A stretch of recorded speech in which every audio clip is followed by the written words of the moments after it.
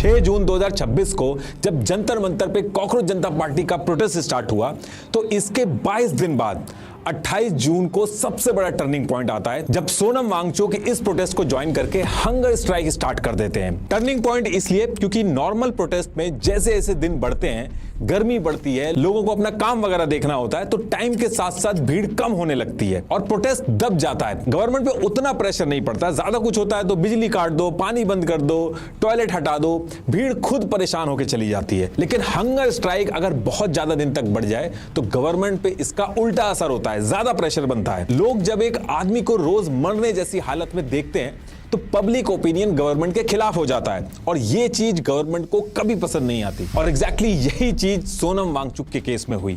12 जुलाई के बाद जब सोनम वांगचुक की हंगर स्ट्राइक ने 2 वीक क्रॉस किए थे तो बीजेपी गवर्नमेंट के ऊपर लोगों का प्रेशर बढ़ने लगा। गवर्नमेंट के सामने दिक्कत यह थी कि गवर्नमेंट वांगचुक को ऐसी छोड़ नहीं सकती थी।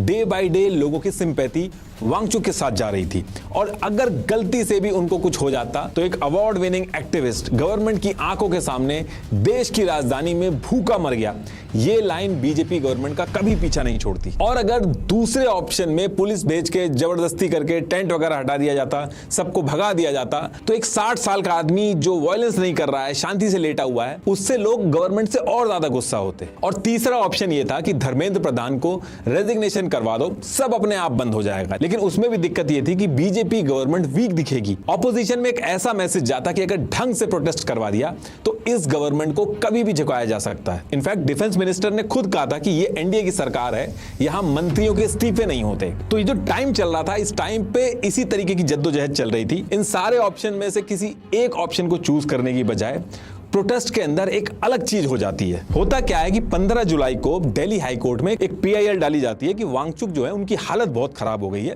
जान तक जाने का रिस्क है, उनको फोर्स फीडिंग करवाई जानी चाहिए ताकि उनकी जान बच सके। लेकिन इसमें अब ध्यान देने वाली बात यह है कि ये जो पीआईएल डाली थी, ना तो वांगचुक के किसी दोस्त ने डाली थी, ना फैमिली, ना सीजेपी ने, बल्कि एक प्राइवेट फर्म के एडवोकेट राकेश कुमार सैनी ने डाली, जिनका वांगचुक से दूर दूर तक कोई लेना देना नहीं था। और बस यहीं से सोशल मीडिया पे ट्वीट शुरू हो गए और ये क्लेम होने लगे कि पीआईएल बीजेपी ने करवाई है ताकि वांगचुक को हटाने का लीगल रास्ता देखा जाए। लेकिन ऑनलाइन प्रेजेंस जो थी उसमें इनका लिंक बीजेपी से कोई नहीं निकला। तो अब जब ये पीआईएल डली तो इसके अगले दिन 16 जुलाई को कोर्ट ने ऑर्डर दे दिया कि सोनम वांगचुक के केस में मेडिकल इंटरवेंशन की जरूरत है। लेकिन इस ऑर्डर में एक चीज याद रखिएगा कि इस ऑर्डर में कहीं भी फोर्स फीडिंग या वांगचुक को प्रोटेस्ट साइट से हटाने की बात नहीं कही गई थी। लेकिन जब ये ऑर्डर आया तो गोली की स्पीड से काम होना शुरू हो गया। सेम डे आरएमएल, सफदरजंग और लेडी हार्डिंग मेडिकल कॉलेज को सेलेक्ट करके आरएमएल को नोडल हॉस्पिटल बनाया गया और सुबह शाम वांगचुक की हेल्थ की मॉनिटरिंग स्टार्ट हो गई। अब देखिए, ये तो वो काम था जो फाइल पे दिख रहा था, लेकिन सेम टाइम पे कुछ चीजें और हो रही थी जो फाइल पे नहीं थी। जब ये सारी चीजें चल रही थी तो इस टाइम पे दिल्ली के पुलिस कमिश्नर थे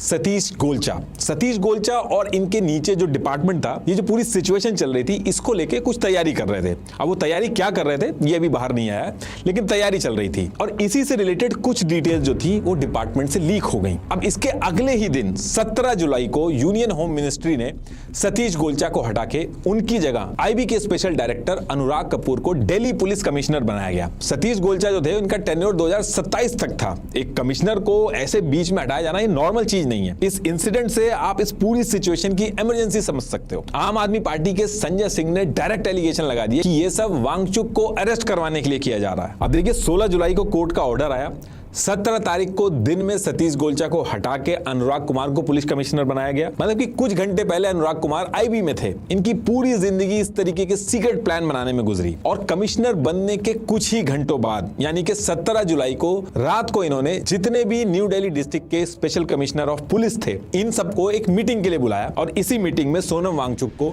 जंतर मंतर से उठाने का प्लान बना। अब यहाँ पे क्वेश्चन ये है कि ये जो प्लान था ये आखिर था क्या। देखिए, ये जो प्रोटेस्ट साइट थी वहां पे पुलिस ने हर जगह पे सर्विलांस कैमरा लगा रखे थे। बहुत सारे पुलिस वाले सिविल यूनिफॉर्म में प्रोटेस्टर्स के बीच में ही घूम रहे थे। कॉकरोच जनता पार्टी के जितने भी मेंबर थे उन सब का रूटीन फॉलो किया जा रहा था। कब ये खाना खा रहे थे, कब ये सो रहे थे, कहां जा रहे थे, नहाते कहां थे, किस टाइम स्टेज पे कम भीड़ रहती थी, ये सारी चीजें फॉलो हो रही थी। तो ये सारी चीजें जब ये फॉलो कर रहे थे तो इनको पता चला कि मॉर्निंग में 6 बजे का आसपास का जो टाइम होता है इसमें एक छोटी सी विंडो होती है जिसमें जिसमें सीजेपी के फाउंडर अभिजीत दीपके स्टेज पे नहीं रहते, और ये इकलौती ऐसी विंडो थी जिसमें सोनम वांगचुक के आसपास सबसे कम वॉलंटियर्स रहते हैं। तो एज पर इंडिया टुडे मॉर्निंग के इसी स्पेसिफिक टाइम को सेलेक्ट किया गया सोनम वांगचुक को उठाने के लिए, मेडिकल इंटरवेंशन के लिए। अब देखिए यहां से जब टाइम वगैरह सब सेलेक्ट हो गया तो इसके बाद सबसे इंपॉर्टेंट चीज थी इस पूरे ऑपरेशन को सीक्रेट रखना। तो इसके लिए हायर अथॉरिटी जो थी इन्होंने क्या किया कि सेम टाइम पे यानी कि 17 जुलाई को रात को 11 बजे न्यू दिल्ली डिस्ट्रिक्ट के जितने भी एसएचओज थे उनके पास एक मैसेज भेजा कि 20 तारीख से पार्लियामेंट का सेशन शुरू हो रहा है, तो इसके लिए आप सब लोग अपने साथ 10-10 पुलिस वाले लेके मॉर्निंग में 3 बजे पार्लियामेंट स्ट्रीट थाना जो है वहां पे पहुंच जाना। और जब ये मैसेज डाला गया 11 बजे के करीब ये मैसेज डाला गया था, इन्हीं सब के बीच में 1 घंटे बाद 12:03 पे प्रोटेस्ट साइट से सोनम वांगचुक ने भी एक वीडियो अपलोड कर दी जिसमें उन्होंने कहा कि 20 जुलाई को सब लोगों को इकट्ठा होकर पार्लियामेंट की तरफ मार्च करना है। तो अब इसके कुछ ही देर बाद 3 बजने वाले थे और जैसे ही मॉर्निंग में 3 बजते तो उस समय 18 जुलाई हो चुकी थी। सारे एसएचओज अपने साथ 10-10 पुलिस वाले लेके जैसा डिसाइड हुआ था पार्लियामेंट स्ट्रीट थाने पे इकट्ठा हो जाते हैं। इन सब में से किसी को अभी तक ये नहीं पता था कि इन लोगों को ही वांगचुक को प्रोटेस्ट साइट से उठाना है। तो इसके बाद यहीं से इन सबको मंदिर मार्ग थाने पे ले जाया गया और फिर वहां पहुंचने के बाद न्यू दिल्ली डिस्ट्रिक्ट के डीसीपी सचिन शर्मा ने इन लोगों को पहली बार पूरे ऑपरेशन के बारे में बताया कि यहाँ पे कोई पार्लियामेंट की ड्रिल वगैरह नहीं होनी है।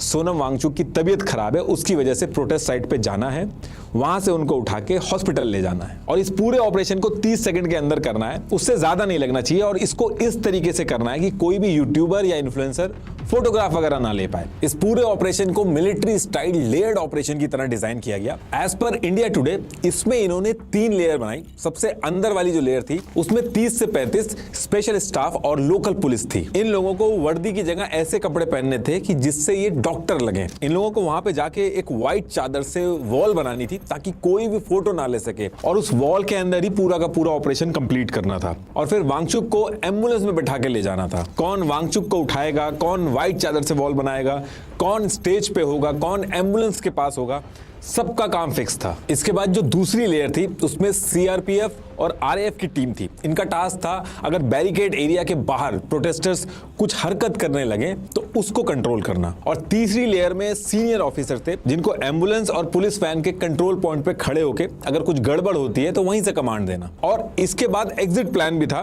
ट्रैफिक पुलिस को भी इंस्ट्रक्शन दे दिए गए थे कि प्रोटेस्ट साइट से लेकर सफदरजंग हॉस्पिटल तक जब तक ऑपरेशन चलेगा पूरा रूट क्लियर रहेगा, उस टाइम पे ट्रैफिक नहीं रहेगा, कोई रेड लाइट नहीं रहेगी। तो ये सारी चीजें डिसाइड होने के बाद जो अगले 1-2 घंटे थे ये लोग पूरे प्लान की मॉक ड्रिल करते हैं और फिर 5 बजे deputy commissioner of police new Delhi ये फाइनल ब्रीफिंग देते हैं। और ये ब्रीफिंग देने के बाद एम्बुलेंस और फोन जैमर और पूरी टीम धीरे धीरे करके प्रोटेस्ट साइट पे पहुंचने लगती है। और फिर प्रोटेस्ट साइट पे पहुंच के ये लोग अभिजीत दीपके का प्रोटेस्ट साइट से उठ के जाने का वेट करते हैं। इसके साथ साथ एक और सीनियर थी जो प्रोटेस्ट साइट पे कैमरास लगे थे उनसे ये सारी चीजें लाइव देख रही थी। अब जब ये सारे लोग वेट कर रहे थे मॉर्निंग में तो 6:30 पे अभिजीत दीपके स्टेज से उठते हैं और थोड़ी दूर पे ही झंडेवालान में एनसीपी स्पोक्स पर्सन अनीश के घर की तरफ निकल जाते हैं। अभिजीत दीपके के निकलते ही पूरे एरिया में फोन जैमर से मोबाइल इंटरनेट वगैरह बंद कर दिया जाता है और फिर स्पेशल स्टाफ और लोकल पुलिस की एक टीम स्टेज की तरफ पहुंचती है और सेम टाइम पे दूसरी टीम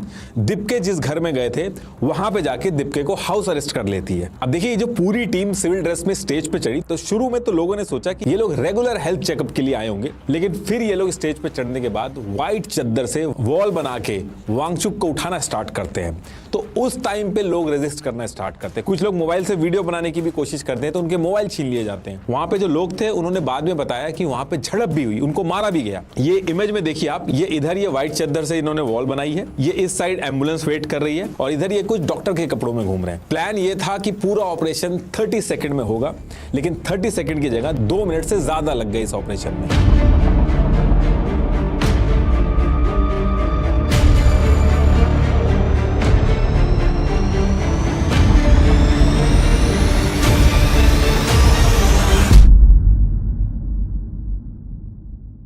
और और फिर उसके बाद 7:40 पे ये लोग सोनम वांगचुक को सफदरजंग हॉस्पिटल के इमरजेंसी ब्लॉक के 8th फ्लोर में शिफ्ट कर देते हैं और शिफ्ट होने के बाद दूसरी तरफ जो अभिजीत दीपके को हाउस अरेस्ट किया था उसको भी छोड़ देते हैं। इसके बाद 10 फुट का बैरिकेड लगाया जाता है प्रोटेस्ट साइट के ऊपर और इलेक्ट्रिसिटी की सप्लाई जो थी वो काट दी जाती है। इनफैक्ट अगले 1 घंटे तक मोबाइल नेटवर्क बंद रखा जाता है। सीजेपी प्रोटेस्ट के साथ थोड़ी दूर पे ऑल इंडिया स्टूडेंट्स एसोसिएशन आयसा के नेहा, अमीन और मनीष ये भी प्रोटेस्ट पे बैठे थे। यहां भी एक पुलिस की टीम भेजी जाती है, लेकिन तब तक इन लोगों को पता चल चुका था कि ये आम कपड़ों में पुलिस वाले ही हैं, तो इन लोगों ने ह्यूमन चेन बना के उन लोगों को ले जाने से रोक दिया। अब सोनम वांगचुक सफदरजंग हॉस्पिटल में थे, उसी हॉस्पिटल में इनकी वाइफ भी पहुंचती हैं और पहुंचने के बाद उनको सोनम वांगचुक का पोटेशियम लेवल जो था 2.9 बताया जाता है। अब क्वेश्चन ये है कि ये जो 2.9 पोटेशियम लेवल है, ये नंबर इंपॉर्टेंट क्यों है? देखिए, पोटेशियम बहुत ज्यादा गिर जाना दिल के लिए बहुत ज्यादा खतरनाक होता है। मतलब कि इस सिचुएशन में ये वो नंबर हो गया था जो डिसाइड करने वाला था जो मरीज है वो हॉस्पिटल में रखना जरूरी है या नहीं। लेकिन ये नंबर देख के वांगचुक की जो वाइफ थी उन्होंने कहा कि कल यानी कि 17 जुलाई को 4:16 पे पोटेशियम लेवल जो था वो 4.3 नॉर्मल रेंज में था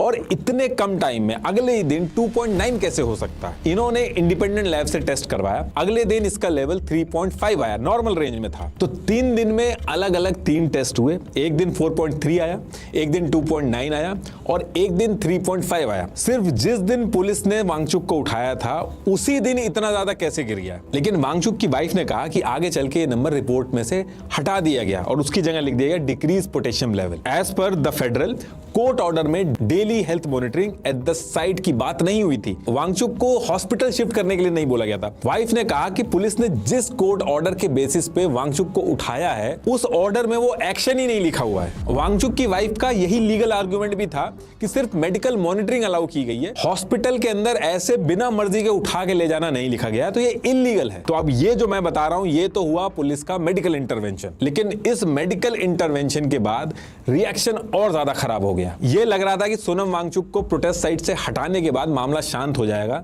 लेकिन इसका उल्टा इफेक्ट हुआ और ज्यादा बढ़ गया ये मामला, क्योंकि इसके बाद जंतर मंतर पे भीड़ 3 से 4 गुना और बढ़ गई और इसके अगले दिन 19 जुलाई को सबसे बड़ा ट्रिगर पॉइंट बना सफदरजंग हॉस्पिटल से वांगचुक का एक हैंड रिटन नोट जो उनकी वाइफ के थ्रू बाहर आया और फिर ट्विटर पे पोस्ट हुआ। ये उसकी कॉपी है। इसमें अगर आप नीचे देखोगे तो उन्होंने खुद लिख रखा है from my illegal detention at Safdarjung. इस लेटर में वांगचुक ने प्रोटेस्टर्स को बोला कल यानी कि 20 जुलाई को इंडिया की सेकेंड फ्रीडम मूवमेंट है, पार्लियामेंट तक मार्च करो और इसे बड़ी सक्सेस बनाओ। तो कहने का मतलब है कि अब इस पर्टिकुलर पॉइंट से बहुत ही कम टाइम बचा था पार्लियामेंट मार्च शुरू होने में। 20 जुलाई को मॉर्निंग में 9 बजे का टाइम फिक्स कर दिया गया था मार्च के लिए। अब यहां से हर तरफ एक ही बात चलने लगी कि 20 जुलाई को पार्लियामेंट मार्च करनी है। सीजेपी की जो सोशल मीडिया प्रेजेंस है वो बहुत ज्यादा है, बीजेपी और कांग्रेस से भी ज्यादा है। खाली गूगल फॉर्म के थ्रू इन लोगों ने 3.5 लाख साइन अप करवा लिए थे। 24/7 यूट्यूबर और इन्फ्लुएंसर प्रोटेस्ट साइट से डायरेक्ट वीडियो बना बनाकर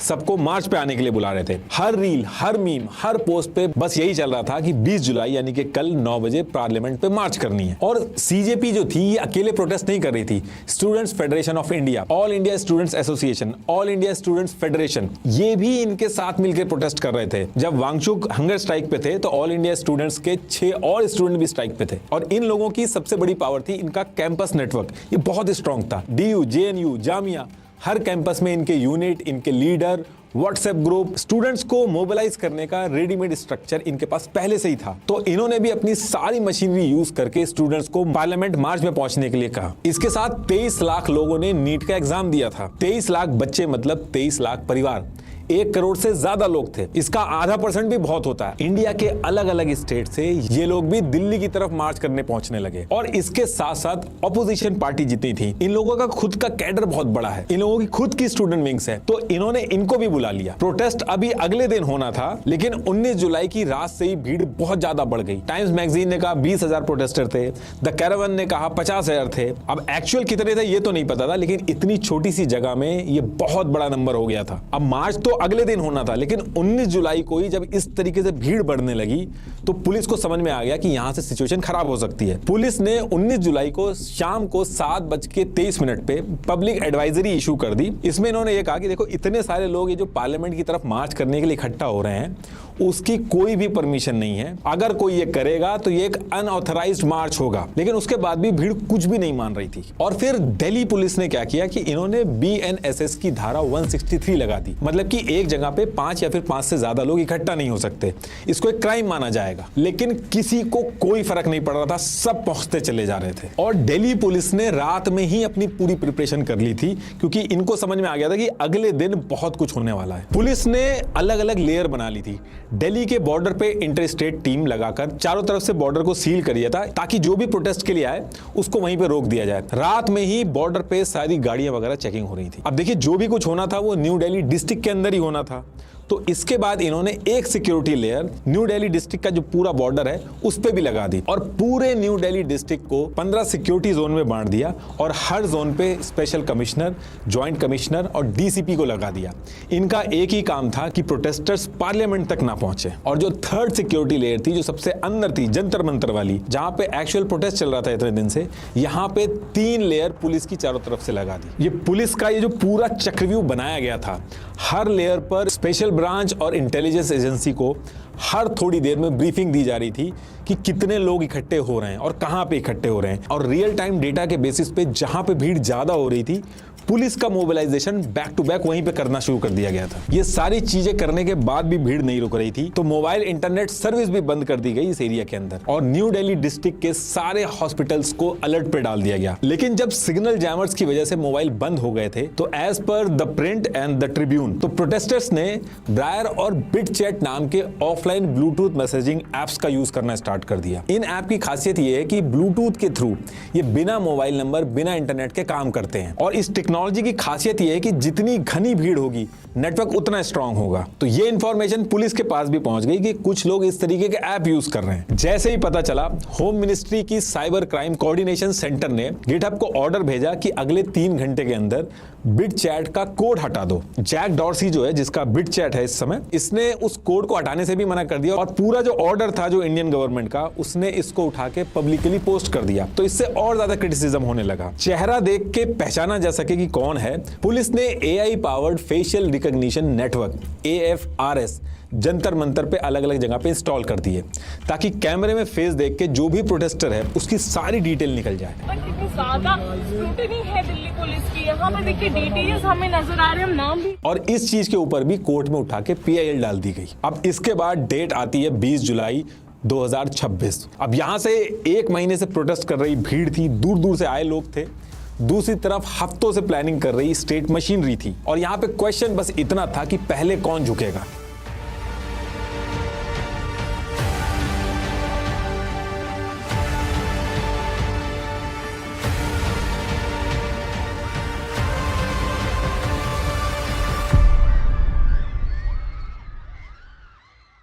अब इसी टाइम पे जंतर मंतर पे एक पत्थरों से भरा हुआ ट्रक खड़ा हुआ मिलता है। अब दिल्ली के बीचों बीच हर तरफ जहां पे पुलिस की बैरिकेडिंग लगी हुई है, पत्थरों के साथ ये ट्रक पहुंचा कैसे? इस पे CJP ने एलिगेशन लगाए कि पत्थरबाजी के केस में फंसाने के लिए पुलिस ने ये किया है। ये जो ट्रक था, इसका नंबर था HR63E6865। जब इसकी इंक्वायरी की गई तो पता चला कि ये ट्रक 4 दिन पहले 16 जुलाई को एक केस के अंदर दिल्ली पुलिस ने सीज किया था। ये उस FIR की कॉपी है, और सीज करने के बाद इस ट्रक को पार्लियामेंट स्ट्रीट थाना जो था वहां पे पहुंचा दिया गया था। तो अब यहाँ पे क्वेश्चन ये है कि जो पुलिस का ट्रक जो कि सीज हो चुका था, वो वहां तक पहुंचा कैसे? प्रोटेस्टर्स जो थे, उनका प्लान ये था कि 9 बजे ये सारे लोग जंतर मंतर पे इकट्ठा होंगे, और फिर वहां से ये लोग प्रेसिडेंट द्रौपदी मुर्मू जी के नाम एक लेटर लिख के पार्लियामेंट के गेट नंबर 38 तक जाएंगे, और ये लेटर प्रेसिडेंट को देके वापस आएंगे। तो सारी चीजें सेट थी।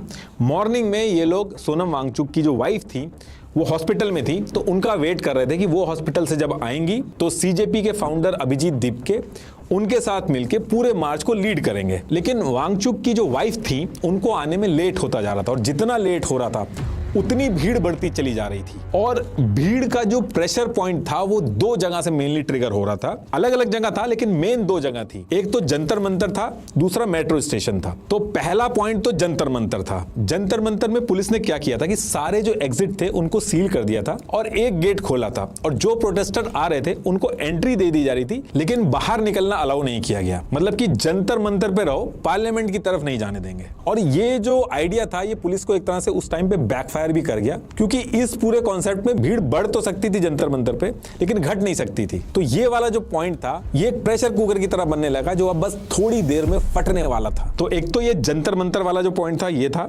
दूसरा ट्रिगर पॉइंट था जो 5 मेट्रो स्टेशन से प्रोटेस्टर्स आ रहे थे। तो पुलिस ने पहले तो उनको रोकने की कोशिश की, जब वो नहीं रुक रहे थे तो वहीं मेट्रो स्टेशन पे बैरिकेडिंग लगा दी। तो ये दो बड़े बड़े पॉइंट बने जहां पे भीड़ हर सेकंड बढ़ रही थी और पुलिस के लिए हर सेकंड इनको रोकना मुश्किल होता जा रहा था। ये जो इमेज आप देखोगे इसमें पार्लियामेंट तक पहुंचने वाली जितनी भी रोड्स हैं जिस पे ये डॉट लगा हुआ है ये सारे बैरिकेडिंग लगे हुए थे। तो अब इसके थोड़ी देर बाद ही वांगचुक की जो वाइफ थी वो 10 बजे जंतर मंतर पे पहुंच जाती है और फिर सीजेपी के फाउंडर अभिजीत दीप के जूस पीकर अपना अनशन तोड़कर अनाउंस करते हैं कि संसद मार्ग की तरफ चलो। लेकिन ये बोलने के तुरंत बाद अभिजीत दीपके जो थे वो स्टेज के पीछे की तरफ गए। तो कुछ लोगों को लगा कि अभिजीत दीपके को ही फॉलो करना है, तो भीड़ का एक ग्रुप दीपके के पीछे ही स्टेज के पास रह गया और दूसरा ग्रुप जो मेन गेट की तरफ था वो अलग डायरेक्शन में बढ़ने लगा। दूसरा जो मेट्रो स्टेशन पे पुलिस भीड़ को रोक रही थी, ये मार्च वाली बात जब वहां तक पहुंची तो वो लोग भी कंट्रोल से बाहर हुए और आगे बढ़ने लगे। लेकिन इसमें सबसे बड़ी दिक्कत ये हुई कि जो लीडर थे जिनको मार्च लीड करनी थी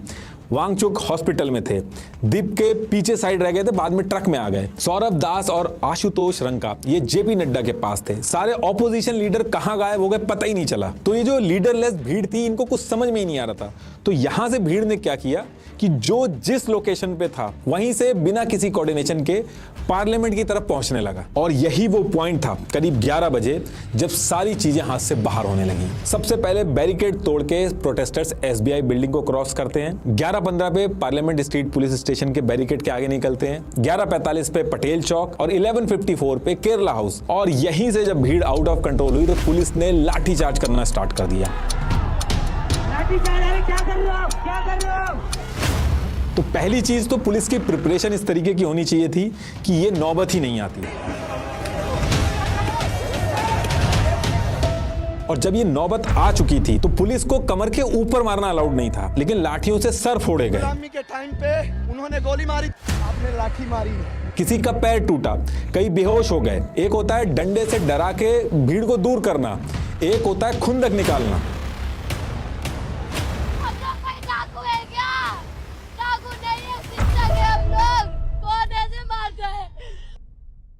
बैठे हुए प्रोटेस्टर्स के बीच में ही टीयर गैस के गोले छोड़ दिए।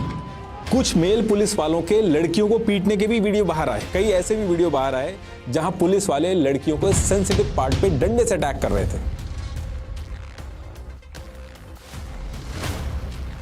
और कुछ लोग सिविल ड्रेस में भी मार रहे थे। क्यों मार रहे थे, कौन थे ये लोग, कुछ पता नहीं चला। और ये सारी चीजें करने के बाद भी पुलिस बैरिकेडिंग सबको हटा के जो प्रोटेस्टर्स से संसद से 700 मीटर दूर अशोक रोड और संसद मार्ग के इंटरसेक्शन तक पहुंच गए थे। इनको रोक तो लिया गया लेकिन हर तरफ क्योस हो गया।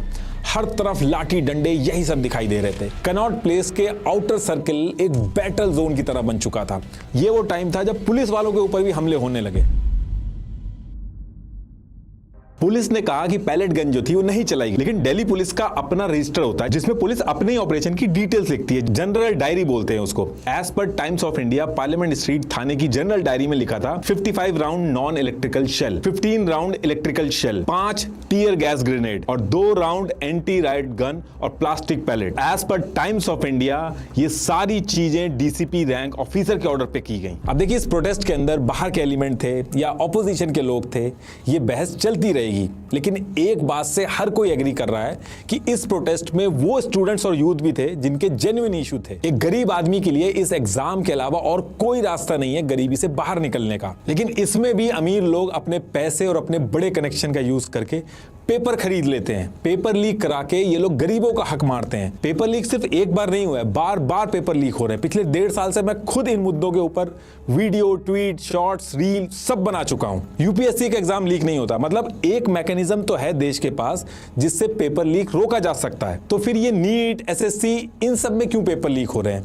ये कैपेबिलिटी की कमी नहीं है, ये नीयत की कमी है, नेग्लिजेंसी है। गवर्नमेंट अगर चाहे तो ये अगले दिन ही बंद हो जाएगा, बस इंटेंट की बात है। और पेपर लीक होना कोई छोटी मोटी बात नहीं है। एक नीट पेपर लीक से री एग्जाम, स्टूडेंट के ट्रेवल, कोचिंग टाइम, इन सब को अगर मिला दो तो देश का लगभग 2000 से 5000 करोड़ तक का नुकसान हो सकता है। आप कोई भी सर्वे करवा लीजिए, स्टूडेंट्स फ्रस्ट्रेटेड हैं और इनकी कोई बहुत ज्यादा बड़ी डिमांड नहीं है। इनका सिर्फ इतना कहना है कि हमारी जो मेहनत है उसका बस इंसाफ दे दो। लेकिन बदले में इनको क्या मिल रहा है? लाठियां, आंसू गैस, वो बर्ताव जो शायद किसी क्रिमिनल के साथ भी ना किया जाए। और अगर उसमें बाहर के एलिमेंट घुस भी गए हैं तो गवर्नमेंट के पास उस लेवल की कैपेबिलिटी होनी चाहिए कि वो ना घुस पाए, वरना ऐसे तो किसी जेन्युइन कंसर्न के लिए भी कोई प्रोटेस्ट नहीं कर पाएगा। देखिए।